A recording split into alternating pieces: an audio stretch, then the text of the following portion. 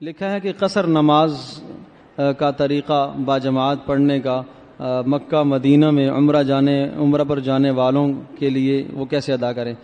قصر نماز کا معنی یہ ہوتا ہے کہ جب آپ اپنے گھر سے 77.5 کلومیٹر کا ارادہ کر کے آپ سفر کے لیے نکلیں اور جب آپ اپنے شہر کی آبادی کو چھوڑ دیں گے اس کے بعد سے جو بھی نماز آئے گی تو آپ قصر کریں گے۔ مثال کے طور پر ایک آدمی کراچی سے حیدرآباد یا اس سے آگے تک کہیں جاتا ہے اور جہاں اس کے جانے کا ارادہ ہے وہاں تک 77.5 کلومیٹر بن جاتا ہے، تو جب یہ شہر کی آبادی چھوڑے گا یعنی کراچی کی آبادی جب نکل جائے گی، ٹول پلازا کراس کر دے گا، تو اس کے بعد جو بھی نماز آئے گی اس نماز کو وہ یہ قصر کرے گا۔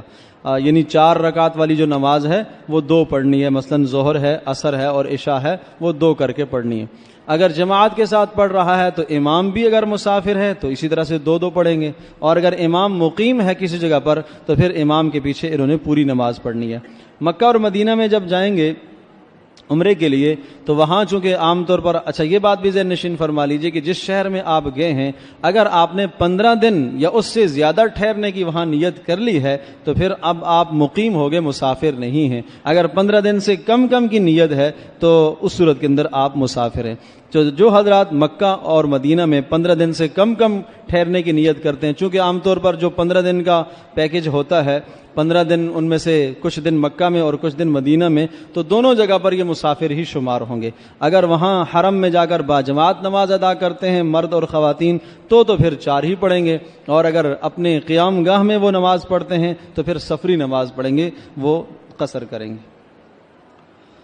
اگر کسی کا انتقال ہو جائے تو 1.25 لاکھ کلمہ پڑھنا یا قل پڑھنا اور 41 مرتبہ سورۃ الملک پڑھنا اور 7 مرتبہ سورۃ بقرہ پڑھنا ضروری ہے؟ ضروری تو کوئی بھی نہیں ہے، کوئی کسی چیز کی تخصیص نہ کریں۔ تخصیص کرنا اور اجتماع کرنا یہ بدعت ہے کہ سب کو جمع کرنا خاندان والوں کو اور پھر اس طرح سے پڑھنا، یہ تو بدعت ہے۔ آپ علیہ السلام سے اس طرح کی چیزیں ثابت نہیں ہیں، جتنا ہو سکے وہ پڑھ لیں تو کوئی حرج نہیں ہے۔ صبح فجر کے بعد چلتے پھرتے معمولات اور قرآن کی تلاوت کرتے رہیں اور کام کرتے رہیں، کیونکہ صبح بیٹھنے کا وقت نہیں ہوتا تو اشراق تک جائے نماز پر بیٹھ کر عبادت کرنے کا ثواب مل جائے گا؟ جی ہاں مل جائے گا، کبھی کبھی اگر موقع ہے تو آدمی بیٹھ جائے، کوئی حرج نہیں۔ ایک خاتون آغا خان ہاسپٹل میں داخل ہیں، شوکت جہان، ان کے لیے دعاؤں کی درخواست ہے۔ ان کا آپریشن ہے، کمزوری حد سے زیادہ بڑی ہوئی ہے، کھایا پیا کچھ نہیں جاتا، اللہ پاک بہت بہت شفا عطا فرمائے۔ لکھا ہے کیا حضرت بلال رضی اللہ تعالیٰ عنہ اذان سے پہلے درود شریف پڑھا کرتے تھے؟ نہیں، بالکل نہیں پڑھا کرتے تھے۔ بخاری شریف کی جو روایت ہے، ترمذی کی، ابو داؤد کی، ان تمام احادیث کی کتابوں میں ہے کہ حضرت بلال رضی اللہ تعالیٰ عنہ، حضرت عبداللہ بن ام مکتوم رضی اللہ تعالیٰ عنہ اور حضرت ابو محذورہ رضی اللہ تعالیٰ عنہ، یہ 3 افراد رسول پاک صلی اللہ علیہ وسلم کے زمانے کے مؤذنین تھے۔ ان کی اذانیں اللہ اکبر سے شروع ہوا کرتی تھی اور لا الہ الا اللہ پر ختم ہوا کرتی تھی۔ ہاں یہ بات اپنی جگہ پر ہے کہ رسول پاک صلی اللہ علیہ وسلم نے یہ ارشاد فرمایا کہ جب تم اذان کے کلمات سنو فقولوا مثل ما یقول المؤذن، تو جو مؤذن کلمات کہہ رہا ہے وہ تم بھی کہو، الا ہاں مگر جب حی علی الصلاۃ اور حی علی الفلاح وہ کہے تو تم لا حول ولا قوت الا باللہ پڑھو، اور ارشاد فرمایا جب اذان ختم کر دے تو اس کے بعد پھر درود شریف پڑھو، اللہم صلی علی محمد، درود ابراہیمی سب سے بہترین ہے، اس کو پڑھو۔ ارشاد فرمایا ثم ادعوا لی الوسیلۃ، پھر میرے لیے وسیلہ کی دعا کرو، جو ہم اذان کے بعد کی دعا کرتے ہیں، اس دعا کا حکم ہے، اور جس نے ایسا کر لیا فرمایا اس کے لیے میری شفاعت واجب ہو گئی، تو اذان کے آخر میں درود پڑھنے کا حکم دیا ہے آپ علیہ السلام نے، شروع میں نہیں ہے۔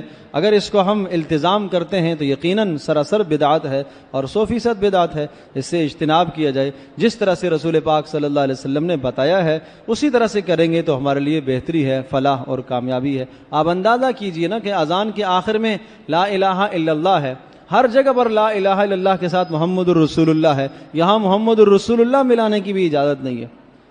دین تو اتباع کا نام ہے، جو اللہ اور اس کے رسول کا حکم ہے اس کی پیروی کرو، اس کی اتباع کرو، اپنی طرف سے بیچ میں اضافے دین میں نہ کرو، یہ بدعات میں شمار ہوتا ہے۔ تو اختتام پر جو ہے درود کا حکم ہے۔ اسی طرح سے اذان کے جب کلمات آپ سنتے ہیں اشہد ان محمد الرسول اللہ، جب یہ آپ کلمہ سنتے ہیں تو اس موقع پر آپ یہی کلمہ کہیں۔ کچھ لوگ صلی اللہ علیہ وسلم کہتے ہیں، یہ جواب نہیں ہے اس کا، آپ یہی کہیں اشہدو ان محمد رسول اللہ۔ آپ نے ارشاد فرمایا کہ وہی کلمہ کہو جو مؤذن کہہ رہا ہے۔ حی علی الصلاۃ اور حی علی الفلاح میں لا حول ولا قوت الا باللہ کا حکم ہے، باقی وہی کلمات ہر جگہ پر وہی کہنے جو مؤذن کہہ رہا ہے۔ اور آخر میں آپ، یہ مردوں کو بھی حکم ہے عورتوں کو بھی حکم ہے کہ آخر میں آپ درود شریف پڑھیے اور اس کے بعد آپ علیہ الصلوۃ والسلام کے ولی وسیلے کی اللہم رب ھذہ الدعوۃ التامہ جو دعا مانگتے ہیں یہ دعا کیجیے۔ لکھا ہے کہ اگر کوئی شخص عمرہ ادا کرے تو کیا اس پر حج فرض اور حج واجب اور فرض ہو جاتی ہے؟ نہیں، ایسا نہیں ہے۔ حج اور عمرے دونوں کا الگ الگ حکم ہے، اور عمرہ ایک نفلی عبادت ہے اور حج صاحب استطاعت پر فرض ہوتا ہے۔ اور صاحب استطاعت کا مطلب یہ ہوا کہ ایک آدمی جانے آنے کا خرچہ رکھتا ہو اور جتنا عرصہ وہاں رہے گا وہاں کا خرچہ رکھتا ہو، اور جتنا عرصہ گھر سے غائب رہے گا گھر کا خرچہ رکھتا ہو، تو یہ آدمی صاحب نصاب ہے۔ اور یہ پیسہ اس کی ضرورت سے زائد ہو تو یہ صاحب نصاب ہے، اس پر حج فرض ہو جاتا ہے۔ اگر اسی طرح سے کسی شخص نے پیسہ ابھی وہ اپنی شادی کے لیے رکھا ہوا ہے، ابھی فی الوقت اس کی ضرورت نہیں ہے، اتنی رقم موجود ہے تو اس پر بھی حج فرض ہے۔ خواتین کے لیے ایک اضافی چیز ہوتی ہے کہ آنے جانے کا اپنا خرچ بھی اور اپنے ساتھ محرم کا خرچ بھی موجود ہو، لہذا اگر کسی خاتون کے پاس اپنا آنے جانے کا خرچ موجود ہے، وہاں رہنے کا خرچ بھی موجود ہے، جتنا عرصہ گھر میں نہیں رہے گی گھر کے اخراجات بھی موجود ہیں، لیکن محرم کا خرچ ساتھ موجود نہیں ہے، تو اس خاتون پر پھر حج فرض نہیں ہے۔ گو کہ اگر کوئی آدمی، اس کا محرم، اس کا بھائی یا شوہر یا بیٹا یا والد یا کوئی بھی اپنی طرف سے پیسہ لگا کے اس کے ساتھ محرم بن کے چلا جاتا ہے تو حج ادا ہو جائے گا، لیکن تاہم اس پر حج فرض جب آئے گا کہ جب اس کے پاس محرم کا خرچ بھی موجود ہو۔ درود شریف اور سلام میں کیا فرق ہے؟ ایمان والو تم درود بھی اور سلام بھی بھیجو۔ دیکھو اللہ پاک کا حکم ہے یا ایھا الذین آمنوا صلوا علیہ وسلموا تسلیما، کہ اے ایمان والو تم رسول پاک صلی اللہ علیہ وسلم پر درود بھی بھیجو اور سلام بھی۔ تو صحابہ آپ علیہ الصلوۃ والسلام کی خدمت میں حاضر ہوئے کہ اللہ کے رسول عرفنا السلام علیکہ، ہم نے سلام تو پہچان لیا کہ سلام کیسے کرتے ہیں، کہ آپ تشریف لاتے ہیں ہم کہتے ہیں السلام علیکم یا رسول اللہ، اللہ کے رسول آپ پر سلامتی ہو، اور آپ کے پاس سے گزرتے ہیں تو ہم آپ کو سلام کرتے ہیں، باقی درود کیسے پڑھیں گے؟ تو آپ علیہ الصلوۃ والسلام نے ارشاد فرمایا، بخاری کی روایت ہے، یوں کہا کرو اللہم صلی علی محمد وعلی آل محمد کما صلیت علی ابراہیم وعلی آل ابراہیم انک حمید مجید، اللہم بارک علی محمد وعلی آل محمد کما بارکت علی ابراہیم وعلی آل ابراہیم انک حمید مجید۔ یہ درود کا طریقہ بتایا۔ اب اس وقت ہم آپ علیہ السلام پر صلاۃ و سلام دونوں جب پڑھتے ہیں تو صلی اللہ علیہ وسلم، اگر یہ کلمہ آپ کہیں گے تو درود اور سلام دونوں ہو جاتے ہیں۔ صلی اللہ، اللہ ان پر رحمتیں نازل فرما، وسلم، اور اے اللہ ان پر سلامتی بھی نازل فرما، درود و سلام دونوں اس میں آتے ہیں۔ کسی نے سوال لکھا ہے کہ اگر کوئی عورت عدت سے فارغ ہو گئی ہو تو اس کے لیے ضروری ہے کہ وہ گھر سے باہر جائے؟ نہیں، کوئی ضروری نہیں ہے۔ یہ میرے خیال سے شاید لوگوں کے یہاں کچھ رسم ہے یا کچھ سمجھا جاتا ہے کہ عدت جب پوری ہو تو اسے جناب نئے صاف ستھرے کپڑے پہن کر باہر نکلنا چاہیے، رشتہ داروں کے ہاں جانا چاہیے، یا کہیں جناب وہ سیر و تفریح کے لیے جانا چاہیے۔ عدت سے نکلنے کے لیے کوئی ایسا عمل شریعت میں نہیں بتایا گیا، بس عدت پوری ہو گئی تو پوری ہو گئی۔ ہاں، عدت کے زمانے میں جو پابندیاں تھیں اب وہ پابندیاں نہیں رہی ہیں۔ عدت کے زمانے کی جو پابندیاں تھیں کہ جناب اس نے باہر نہیں نکلنا، باہر نکلنے کی پابندی ختم ہو گئی ہے۔ نکاح کا پیغام نہ یعنی نکاح اس نے نہیں کرنا ہے، اب نکاح بھی کر سکتی ہے، پیغام نکاح بھی ہو سکتا ہے۔ خیر، تو جو پابندیاں تھیں وہ ختم ہو گئی ہیں، باہر جانا اس کے لیے ضروری نہیں ہے۔ کسی نے لکھا ہے کہ میں نے اپنی بیٹی کا نام عفاف رکھا ہے، کیا یہ صحیح ہے؟ نہیں، عفاف نام نہ رکھیں، تبدیل کر دیجئے۔ یہ ویسے بھی لفظ چونکہ مذکر استعمال ہوتا ہے تو بیٹی کے لیے نام تو ویسے بھی ٹھیک نہیں ہے۔ میری ایک عزیزہ جگر کے عارضے میں مبتلا ہیں، کوئی وظیفہ تجویز فرمائیں۔ بسم اللہ الرحمن الرحیم پڑھ کر 7 مرتبہ بسم اللہ، بلکہ یوں کریں کہ 7 مرتبہ سورۃ الفاتحہ، اور ہر سورۃ الفاتحہ کو بسم اللہ الرحمن الرحیم کے ساتھ پڑھیں، اور اگر یوں ہو جائے تو زیادہ اچھا، ملا کر بسم اللہ الرحمن الرحیم الحمد للہ رب العالمین، اس طرح سے ملا کر بسم اللہ کو سورۃ الفاتحہ کے ساتھ ملا کر پڑھیں تو بہت اچھا ہے۔ اس طرح سے پڑھ کر ان کو دم کریں، پانی پر دم کر کے انہیں پلائیں، انشاءاللہ بہتر ہوگا۔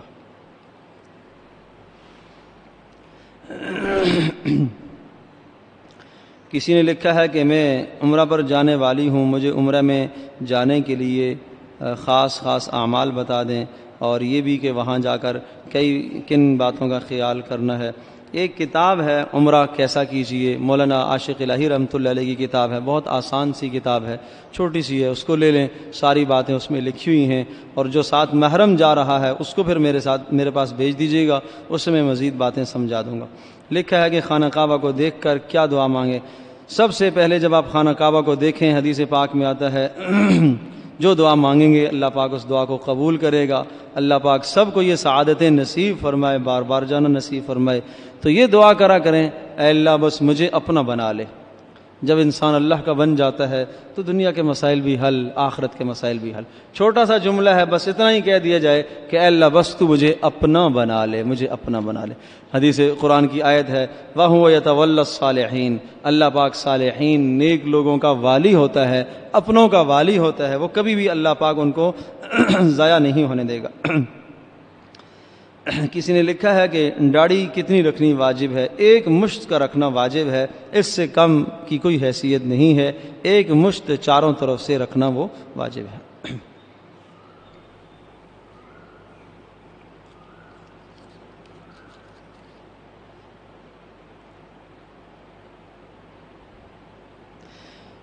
یہ پچھلے اتوار بلکہ اس سے پچھلے کو ایک مسئلہ کسی نے پوچھا تھا کہ ایک بچی کو جو ہے وہ ہکلانے کا مسئلہ ہے۔ تو دیکھیں اللہ پاک کی طرف سے اگر کوئی عارضہ اس کی زبان میں پیش آ چکا ہے اور وہ اٹک کر بات کرتی ہے، تو یہ بتایا گیا تھا کہ گھر میں خاندان میں سارے اس کا مذاق اڑاتے ہیں، یہ بڑا ظلم ہے، یہ بڑا ظلم ہے۔ حدیث پاک میں آتا ہے کہ کسی کی تخلیق پر اعتراض نہ کرا کرو۔ یہ کسی کی تخلیق پر طنز کرنے کا مطلب یہ ہے کہ اللہ پاک کی تخلیق پر طنز کر رہا ہے۔ اس لیے حضرت لقمان حکیم شکل سے زیادہ خوبصورت نہیں تھے، شکل سے کالے تھے، کسی نے ان کو کالا کہہ دیا، اس قسم کا لفظ کہا تو ارشاد فرمایا یہ تو نے نقش کے اوپر اعتراض نہیں کیا، نقاش جو بنانے والا ہے نا اس پر تو نے اعتراض کیا، اس پر تو نے اعتراض کیا۔ تو جس کو اللہ پاک جس شکل میں ڈھال دے، اور چھوٹا قد ہے اللہ نے دیا ہے، لمبا قد ہے اللہ نے دیا ہے، خوبصورتی ہے اللہ نے دیا ہے، بدصورتی ہے اللہ نے دی ہے، کالا رنگ ہے سفید رنگ ہے اللہ نے دیا ہے، جو مذاق اڑانے والا ہے اس کو زبان کس نے دی ہے؟ اللہ نے دی ہے۔ وہ اللہ قادر ہے کہ وہ جس کا مذاق اڑا رہا ہے، اٹک کر اگر ایک آدمی بات کر رہا ہے اور اس کا مذاق اڑا رہا ہے تو اس کی زبان بھی اٹک سکتی ہے۔ ہاں، تو اس استہزاء کا عام طور پر ایک حدیث میں آتا ہے استہزاء کی سزا دنیا میں ملا کرتی ہے، استہزاء کی سزا دنیا میں ملتی ہے۔ باقی اس بچی کو چاہیے یا اس کے ماں باپ کو چاہیے کہ وہ رب اشرح لی صدری ویسر لی امری واحلل عقدۃ من لسانی یفقہوا قولی، فجر کی نماز کے بعد نہار منہ ایک چھوٹا سا صاف ستھرا کنکر، چھوٹا سا چنے کے دانے جتنا لے اور وہ بچی اس کو منہ میں رکھے، اور منہ میں رکھ کر پھر رب اشرح لی صدری 21 مرتبہ پڑھے اور پڑھ کر دعا کرے، اللہ پاک انشاءاللہ اس کی برکت سے آسان فرمائیں گے۔ کہتے ہیں بچہ بہت زیادہ کاٹتا ہے تو اس کی عادت ختم کرنے کے لیے اس پر کیا پڑھ کر دم کیا جائے؟ اب معلوم نہیں کیا عمر ہے، اس کی تفصیل اگر پتہ چلے تو پھر کچھ بتا پاؤں گا۔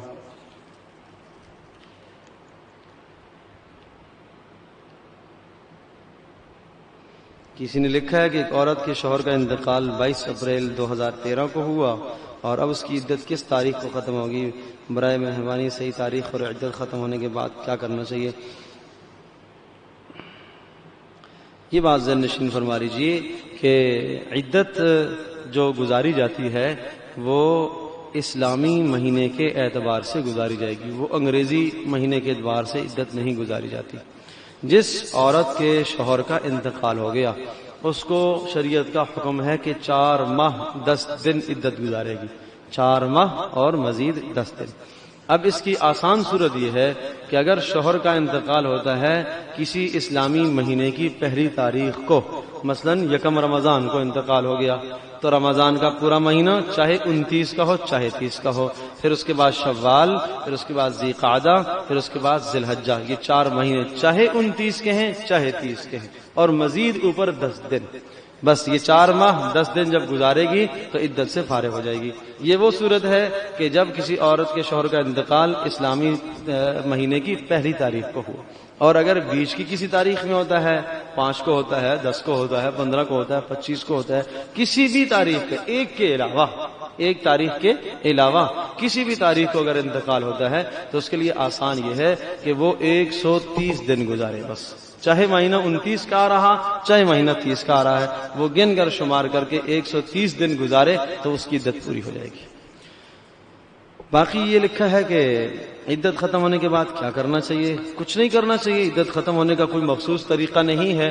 عدت جب ختم ہو گئی تو اب اس کے لیے لوگ سمجھتے ہیں کہ شاید عورت کو گھر سے باہر ایک بار لے جانا ہوتا ہے، یا اس کو کہیں رشتہ داروں کے یہاں لے جانا ہوتا ہے، یا شاید کوئی تقریب کرنی پڑتی ہے۔ اس کا کوئی شرعاً ثبوت نہیں ہے۔ بس عدت کس چیز کا نام ہے؟ بہت سارے لوگ سمجھتے ہیں شاید عدت کا نام یہ ہے کہ عدت میں عورت پردہ کرے گی۔ میرے عزیز دوستو اور بزرگوں، پردے کا تعلق عدت سے نہیں ہے، پردہ ہر حال میں ہے، چاہے عدت میں بیٹھی ہے یا عدت میں نہیں بیٹھی، ہر حال میں پردہ ہے اس کو۔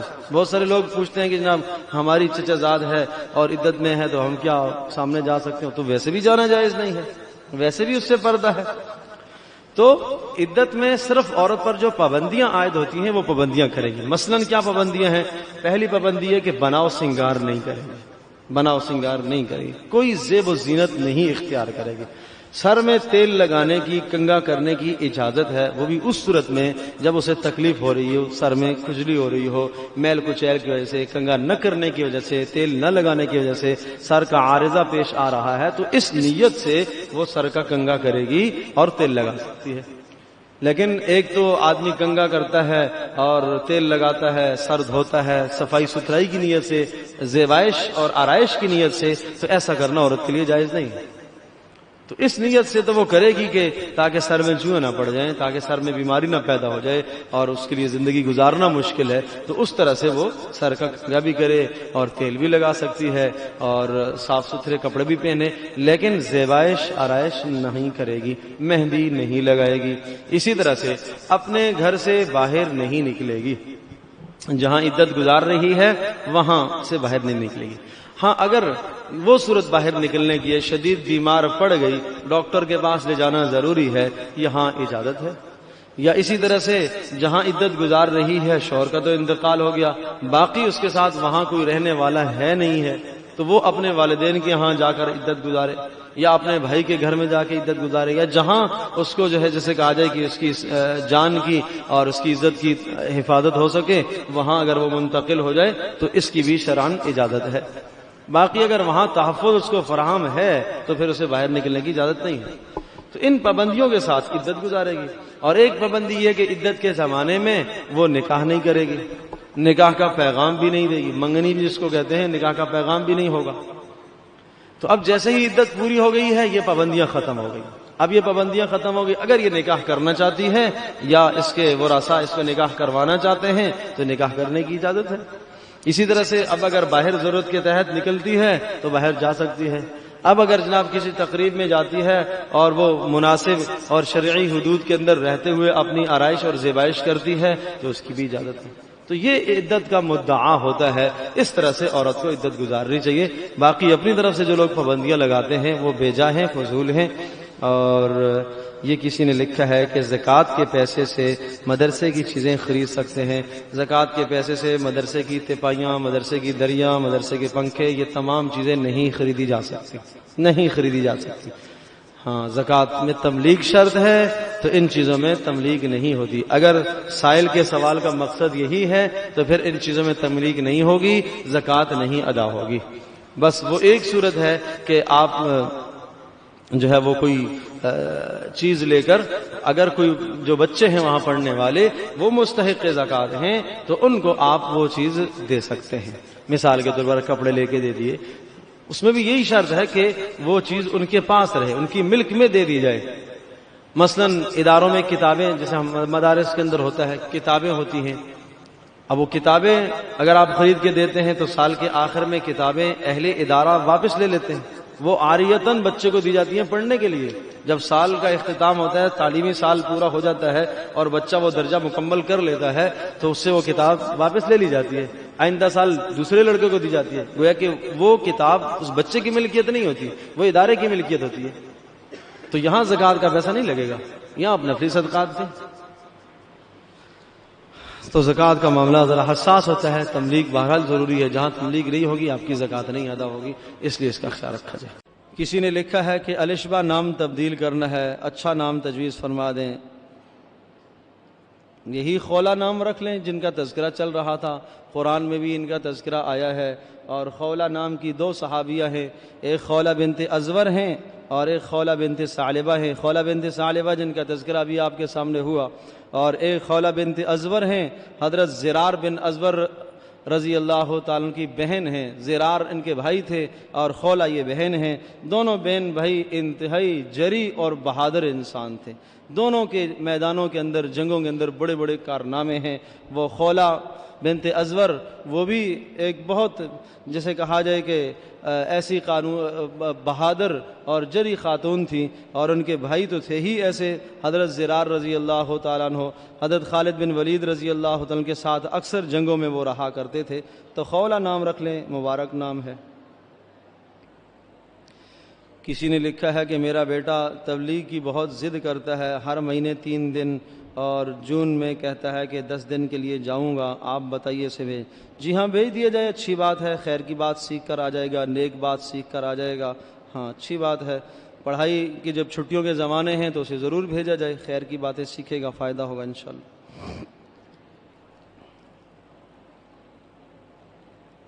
والدین جب اپنے بچوں کا عقیقہ کرتے ہیں 2 مہینے کے بعد یا 6 مہینے کے بعد یا بڑھتی ہوئی عمر میں، تو کیا والدین کو بچوں کے حقیقے کا گوشت کھانا درست ہے؟ ہاں بالکل کھا سکتے ہیں، درست ہے۔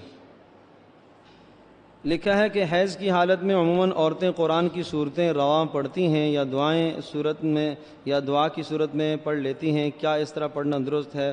قرآن کی آیات تو نہ پڑھیں، البتہ وہ آیات جو بطور دعا کے ہیں، جیسا کہ ربنا آتنا فی الدنیا، اس میں بہرحال گنجائش تو ہے، وہ بھی زیادہ بہتر ہے کہ کاٹ کاٹ کے لفظ پڑھے، ایک روانگی کے ساتھ پوری آیت نہ پڑھے، جیسے ربنا سانس توڑ دیا، پھر آتنا، پھر فی الدنیا حسنہ، اس طرح سے ایک آیت ایک سانس میں نہ پڑھے۔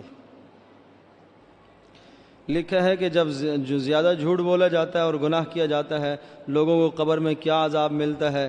بس اس سے بڑھ کر کیا عذاب ہوگا، دنیا میں ملتا ہے، قبر تو بعد کی بات ہے کہ جب آدمی جھوٹ بولتا ہے تو حدیث پاک میں آتا ہے کہ حفاظت کے سارے فرشتے اس سے دائیں بائیں چلے جاتے ہیں، حفاظتی فرشتے اس سے جو ہے وہ میلوں دور چلے جاتے ہیں، جھوٹ کی ایسی سخت بدبو ہوتی ہے، اور جب آدمی جھوٹ بولتا ہے تو اللہ کے یہاں وہ آدمی کذاب، جھوٹا لکھ دیا جاتا ہے۔ ایک بار جھوٹ بولتا ہے، 2 بار بولتا ہے، جب مسلسل بولتا رہتا ہے تو اللہ پاک کے یہاں وہ کذاب لکھ دیا جاتا ہے۔ کسی نے لکھا ہے کہ جب بچیاں ناظرہ پڑھ لیتی ہیں تو ان کی آمین دھوم دھام سے کرتے ہیں، یہ سب بدعات ہیں، ان سے اپنے آپ کو بچایا جائے۔ اس موقع پر جو پیسے کا ضیاع ہوتا ہے اور یوں سمجھ لیجئے کہ محض دکھاوا ہوتا ہے، اس سے اچھا ہے کہ وہ پیسہ کسی صحیح مصرف میں لگ جائے، خیر کی بات ہے۔ باقی یقیناً خوشی کا موقع ہے، اگر آپ خاندان کے 2 4 6 افراد کو بلا کر، دوست احباب کو بلا کر اگر کھانے کی ضیافت کر دیں تو وہ بھی کوئی منع نہیں ہے، لیکن اس کا اس قدر اہتمام کرنا اور اس قدر جیسے شادی کی جو ہے پر رونق تقریب ہوتی ہے، یہ سب بدعات کے زمرے میں ہے، اس سے اجتناب کیا جائے۔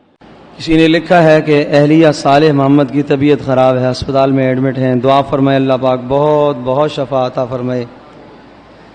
اللہ اکبر۔ اور یہ ایک پرچہ کسی نے سمیرہ سیف کو صحت اور زندگی والی اولاد اللہ پاک عطا فرمائے، اور انبالا طارق گلناز آصف کو نیک صالح اولاد عطا فرمائے۔ بہت سارے نام ہیں، اللہ پاک ان تمام کی مرادوں کو پورا فرمائے، جن مقاصد کے لیے انہوں نے کہا ہے اللہ تبارک تعالیٰ ان کے مقاصد کو پورا فرمائے۔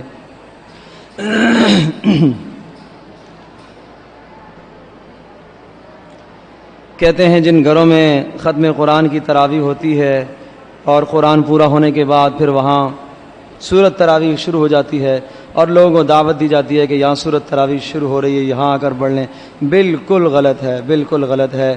دیکھو ختم قرآن کے لیے اگر آپ نے گھر میں اہتمام کیا، وہ بھی اس لیے کہ بیٹا حافظ ہے، اس نے قرآن سنانا ہے، یا ایک آدمی مصروف ہے، اس کو روزانہ موقع رات کو نہیں مل پاتا، اس کی ڈیوٹی کا مسئلہ ہے، وہ 6 8 دن میں قرآن پورا سن لیتا ہے، پھر جیسے جیسے اسے موقع ہوتا ہے وہ نماز تراویح ادا کر لیتا ہے۔ اب انہیں چاہیے کہ باقی نماز آ کے مسجد میں آ کر پڑھیں، وہ تراویح کو مسجد میں آ کر ادا کریں۔ 27 نمازوں سے کیوں اپنے آپ کو محروم کرتے ہیں؟ گھر میں ایک نماز کا ثواب، مسجد میں 27 نمازوں کا ثواب، اس ثواب سے اپنے آپ کو کیوں محروم کرتے ہیں؟ کہتے ہیں کہ کسی مسلمان کو دفنانے کے کتنی دیر بعد سوال و جواب کا سلسلہ شروع ہو جاتا ہے؟ رہنمائی فرمائیں۔ اپنے کسی عزیز کو دفنا کر باپ، بھائی، بیٹا یا شوہر کتنی دیر قیام کریں اور اذکار کر کے؟ رسول پاک صلی اللہ علیہ وسلم نے ارشاد فرمایا، بس تھوڑی مقدار بتایا، اس کی کوئی حد رسول پاک صلی اللہ علیہ وسلم نے نہیں بتائی ہے، بس ارشاد فرمایا کہ تم اپنے عزیز کو دفن کر کے تھوڑی دیر وہاں کھڑے رہو اور اس کے لیے دعا کرو، ثابت قدمی کے لیے دعا کرو، تو سلسلہ تو فوری ہی شروع ہو جاتا ہے، بس تھوڑی دیر کھڑا ہونے کا وہاں حکم ہے۔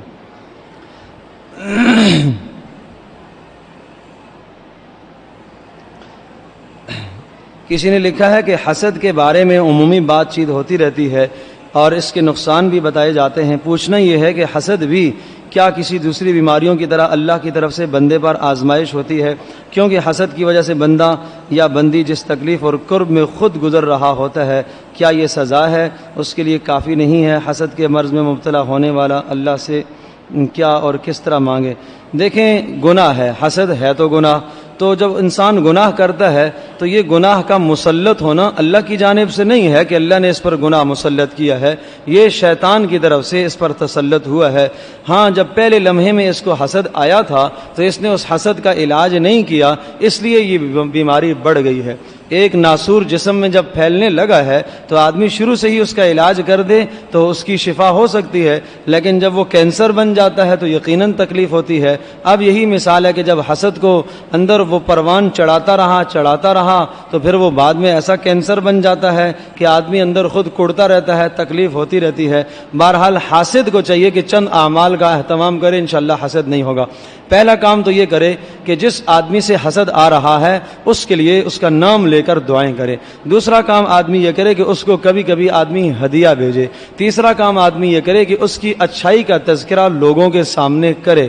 اور چوتھا یہ کہ اللہ پاک سے یہ مانگے کہ یا اللہ یہ نعمت تو نے اس کو جو دی ہے، اے اللہ اگر میں اس نعمت کا مستحق ہوں تو مجھے بھی عطا فرما۔ ایسا کرے گا تو انشاءاللہ حسد ختم ہو جائے گا۔ کہتے ہیں ہمارے آفس میں کچھ غریب لوگ ہیں، کیا ان کو زکوٰۃ دی جا سکتی ہے؟ یہ معلوم نہیں چل پاتا کہ وہ صاحب نصاب ہیں یا نہیں، پوچھا جائے، تحقیق تفتیش ضرور کی جائے۔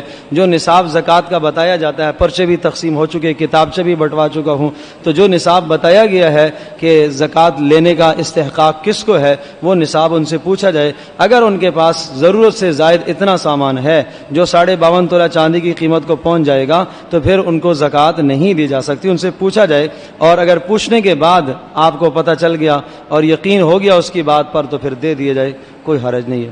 حذیفہ صاحب کے تایا رفیق صاحب کی صحتیابی کے لیے، کلیم صاحب کی صحتیابی، اللہ بہت شفا عطا فرمائے۔ کسی نے لکھا ہے کہ میرا بیٹا بھی نافرمان ہو گیا ہے، کوئی دعا کرے۔ پہلے کوشش تو یہ کریں کہ اس کی اصلاح اللہ پاک سے مانگیں، رو رو کر اللہ سے گڑ گڑا کر مانگیں، اس کی ہدایت مانگیں، اللہ پاک اسے ہدایت دے گا۔ اور اسی طرح سے سورۃ الفاتحہ 7 مرتبہ پانی بر دم کر کے اسے پلایا کریں۔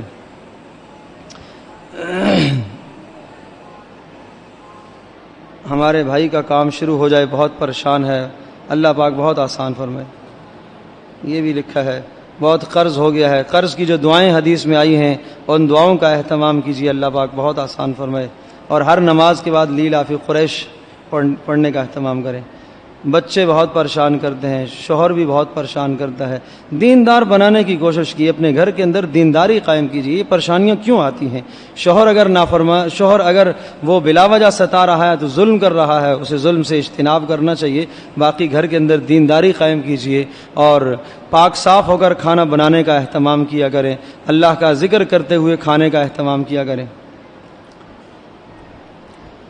شمیم کے شوہر کے لیے بھی دعا فرمائیں کہ وہ نافرمان ہے، گھر والے بھی، اللہ پاک بہت آسان فرمائے۔ اور اسی طرح سے کسی اور نے خاتون نے دعاؤں کا کہا ہے، نسیم اختر، اللہ پاک بہت بہت آسان فرمائے۔ لکھا ہے کہ تراویح کے بارے میں معلوم کرنا تھا کہ مسجد بدل کر پڑھنا کیسا ہے، مسنون عمل بتائیے۔ بہتر یہ ہے کہ ایک جگہ پر آپ شروع سے لے کر آخر تک تسلسل سے ایک جگہ پر پڑھیں۔ جب آپ کا قرآن مجید وہاں سن کر آپ پورا کر چکے ہیں تو پھر دائیں بائیں جہاں جائیں تو کوئی حرج نہیں ہے۔ اگر کہیں سے دعوت آ جائے، بندہ تراویح ایک جگہ پڑھ رہا ہو، تو کیا اس دعوت کی عوض تراویح میں اس مسجد کے علاوہ کسی اور مسجد میں پڑھ سکتا ہے؟ پڑھنے میں تو اجازت ہے، کوئی حرج نہیں ہے، لیکن اگر قرآن کا جو حصہ رہ گیا تو یہ ناغہ رہ جائے گا، تو ایک مستحب عمل رہ جائے گا، بعد میں کسی حافظ کو کھڑا کر کے نفلوں میں سن لیا جائے۔ لکھا ہے کہ روزے کی حالت میں بیوی سے بوس و کنار کر سکتے ہیں یا نہیں؟ کر سکتے ہیں، اگر اپنی ذات پر خوب اطمینان ہے تو پھر کر سکتے ہیں، اگر اطمینان نہیں ہے تو پھر مکروہ ہے، ناجائز ہے، اجتناب کیا جائے۔ میری بوڑھی والدہ جو کافی کمزور اور ضعیف ہیں، 80 سال سے زیادہ عمر ہے، نماز قرآن پڑھ لیتی ہیں لیکن بیماری کی وجہ سے روزہ رکھنے سے معذور ہیں، فدیہ دے دیا جائے اور فی روزہ 80 روپے فدیہ دے دیا جائے۔ کسی نے لکھا ہے 6 سال پہلے میرے بھائی کو اغوا کر لیا گیا تھا اور پھر اب اس کا پتہ چل گیا ہے، اسے ایسی جگہ بھیج دیا گیا ہے جہاں اس کی واپسی ناممکن سی لگ رہی ہے کیونکہ ان کو سخت نگرانی کی جاتی ہے۔ دعا فرمائے، اللہ پاک بہت بہت آسان فرمائے۔ اگر وہ کسی جسے کہا جائے کہ ناحق کسی مقدمے میں گرفتار ہیں تو اللہ پاک آسان فرمائے، اور لا حول ولا قوت الا باللہ العلی العظیم اس کلمے کو کثرت سے پڑھیے۔